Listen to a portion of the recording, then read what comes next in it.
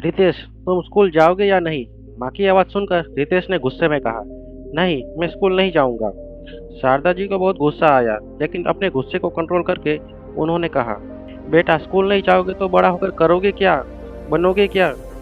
क्या मेरी तरह मेहनत मजदूरी करोगे? हाँ माँ, मैं अभी से काम करना चाहता हूँ। आपको काम करता देख मुझे बहुत दुख होता है। रितेश की आंखें नम थी। ये सुनकर शारदा जी की आंखें भी नम हो चली थी।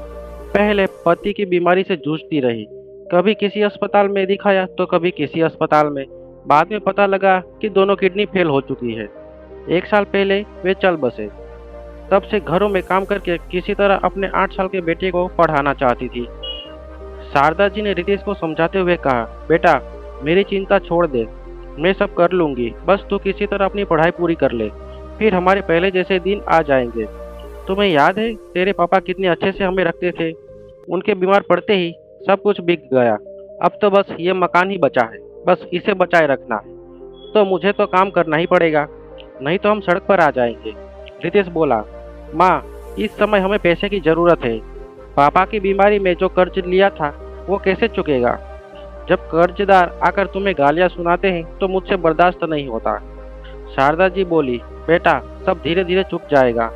मैं तेरी जिंदगी बर्बाद नहीं कर सकती। तुम मेरी बात मान, पढ़ना मत छोड़।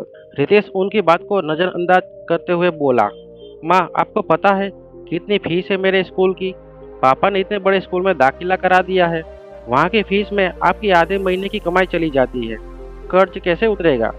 शारदा जी भी मन ही मन ये बात समझती थी। उनकी हैसियत नहीं थी अब उस स्कूल में पढ़ाने की। लेकिन उन्हें याद है उनके पति ने कैसे भाग दौड़ करके रितेश का एडमिशन करवाया था। उनका सपना था कि रितेश पढ़ लिख कर बड़ा आदमी बन जाए। जब तक राजेश जी जिंदा थे, शारदा जी को कभी किसी बात की कमी नहीं होने दी। घर में हमेशा पार्टियां होती रहती थी, कभी कोई मेहमान तो कभी कोई, हमेशा आते रहते थे। उनके स्वागत सत्कार में शारदा जी को बहुत खुशी मिलती थी। ऐसा लगता था जैसे वो एक बड़े परिवार के साथ रहती है। सब लोग उनका हालचाल पूछते। लेकिन जब से राजेश जी बीमार हुए, धीरे धीरे सबने किनारा कर लिया। यहाँ तक कि जब राकेश जी ने प्राण छोड़े, वहाँ शारदा जी और रितेश के अलावा कोई नहीं था। एम्बुलेंस घर आई तब कुछ पड़ोसियों ने मदद की और उनका अंतिम संस्कार किया। उस दिन से आज तक उनका एक भी करीबी रिश्तेदार उनसे मिलने नहीं आया। हाँ, एक दूर के रिश्तेदार ने कई बार मकान खरीदने की बात की, लेकिन शारदा जी ने उसे फटकार दिया। दोनों माँ बेटे एक दूसरे को समझा रहे थे, तभी दरवाजे की घंटी बजी। शारदा जी ने गेट खोला तो सामने एक बुजुर्ग व्यक्ति खड़े थे। तुम ही राजेश की पत्नी हो? उन्होंने भारी सी आवाज में पूछा। शारदा जी को कुछ समझ नहीं आया तो उन्होंने कहा, जी, मैं ही हूँ, लेकिन आप कौन हैं और उन्हें कैसे जानते हैं? बेटी, क्या मैं अंदर आकर बैठ सकता हूँ?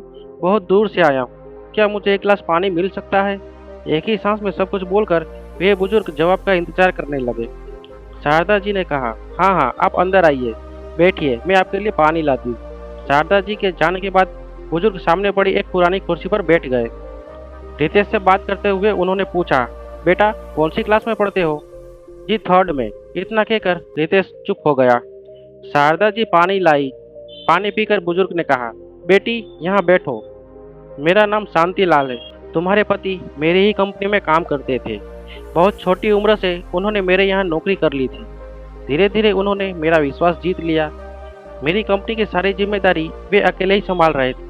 इसी बीच मेरी तबीयत खराब रहने लगी। फिर मेरे बेटे ने कंपनी संभाल ली। मैंने अपने बेटे से कहा था, बेटा, राजेश जी को कभी कोई परेशानी नहीं आने देना।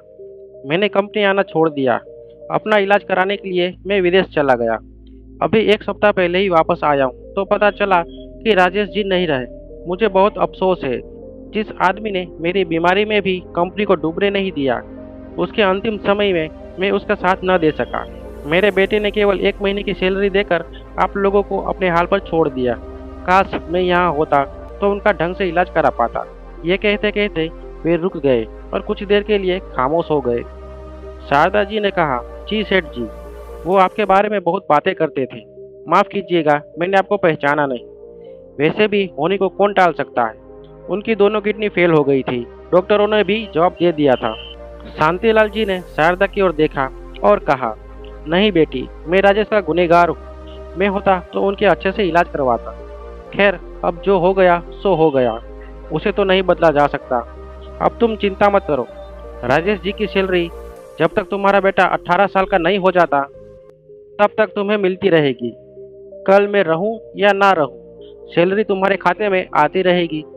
अपने बेटे को खूब पढ़ाओ, राजेश के सारे काम तुम पूरे करो। यह सुनकर शारदा जी रोने लगी। रितेश की आंखों में भी आंसू बह रहे थे। शारदा जी ने कहा, सेठ जी, आपकी बहुत मेहरबानी। भला कौन ये सब करता है। मरते समय भी उन्होंने कहा था, काश सेठ जी होते तो मेरा ध्यान रखते। लेकिन उन्हें क्या पता था, उनके सेठ जी उनके जाने के बाद भी उनका ख्याल रख रहे हैं। शांतिलाल जी बिना कुछ बोले चल दिए। जाते जाते उन्होंने कहा, बेटा, पढ़ लिख कर अपने पिता के जैसा बनना, जिनकी कमी हम आज भी महसूस करते हैं। उनके जाने के बाद रितेश अपनी माँ से लिपट गया। माँ, मैं खूब पढ़ूंगा, कल से स्कूल जाऊंगा। अगले दिन ही शारदा जी के अकाउंट में सैलरी आ गई। इसी तरह कई महीने बीत गए। एक दिन शारदा जी के मन में आया कि एक बार शांतिलाल जी से मिलकर उनका शुक्रिया अदा कर दिया जाए। वो पता मालूम करते करते उनके बंगले के पास पहुंची। चौकीदार से पता किया तो पता लगा वे विदेश से आए थे। उनके 15 दिन बाद ही उनकी तबीयत बिगड़ी और वो चल बसे। शारदा जी की आंखों से आंसू बह रहे थे। क्या वो केवल उनका भला करने आए थे या अपना कर्ज उतारने? यही सब सोचकर वे घर की ओर चल दी। इसके बाद भी हर महीने सैलरी आती रही। रितेश की पढ़ाई बहुत अच्छे से चल रही थी। जब भी शारदा जी सैलरी के पैसे बैंक से निकालती, उनकी आंखें नम हो जाती थी।